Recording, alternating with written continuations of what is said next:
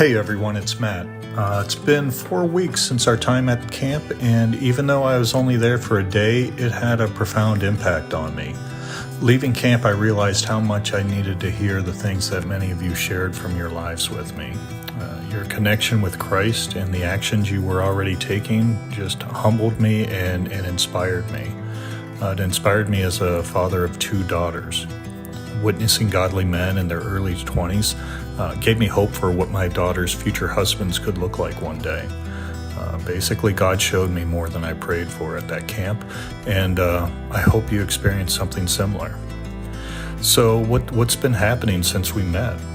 Well, as soon as I walked into my home after being with you, I immediately started to pack for a 2-week vacation with my family. Our trip was simply perfect. The first week, we were able to spend time together in Disney. Second week, we drove to Hilton Head and offered our friends to join us in the extra bedrooms that we had available where we were staying. And after that, it was time to head back home and get back to work, back to the normal daily activities. Now, through all of it, God really reminded me of the essential connection between authentic work and rest. In fact, I think it's more of a connection. I really believe it's a requirement. God rested on the 7th day after creating the world, and Christ himself tells us to find rest in the Lord and talks of a better path of what a righteous work and rest model looks like in Matthew 11:28 through 30. Proverbs 12:11 says, "Those who work their land will have an abundance, while those who chase worthless pursuits lack wisdom." I think abundance can certainly come from the combination of work and rest.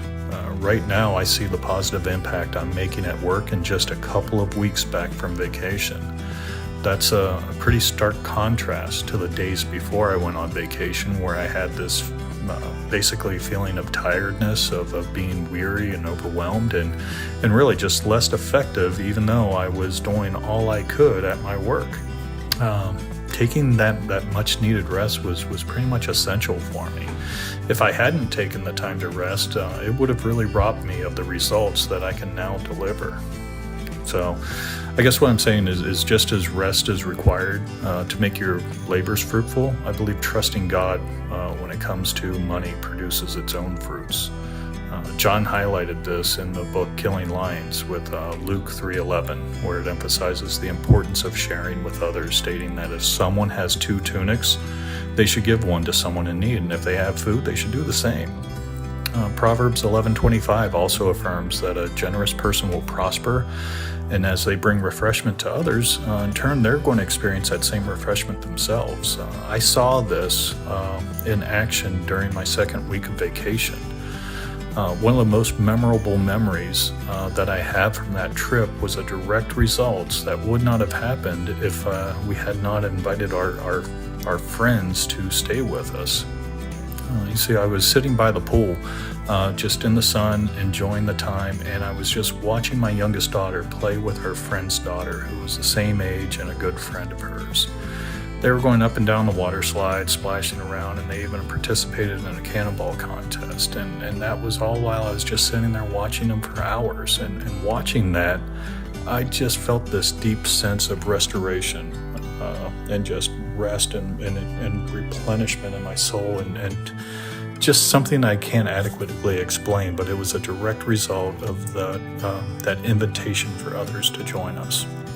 So brothers, I'm just going to wrap up by saying we all live in the same broken world, but that does not change the fact that we are called to live in it as righteous men of God. We're not called to live away from it and separate and isolate ourselves. We're to get in there. God does not want to limit us. He wants to see us prosper. Through the wisdom of Proverbs and through Scripture, He's given you the path on how this can be done in a way that is pleasing in His eyes. I would challenge each of you to just fully trust God and His Word. Make His Scripture that bedrock foundation that guides your daily life, fully trusting Him as you pursue your specific work, and be a steward of what's entrusted you from that work. So just remember, you're not in this alone. Seek out a mentor, someone that's a season or 2 ahead of you, to help provide some guidance and help you work through some of these difficult situations and decisions that you're going to face. All right, well, I will see you all later, and just God bless you. Thanks so much. We'll see you.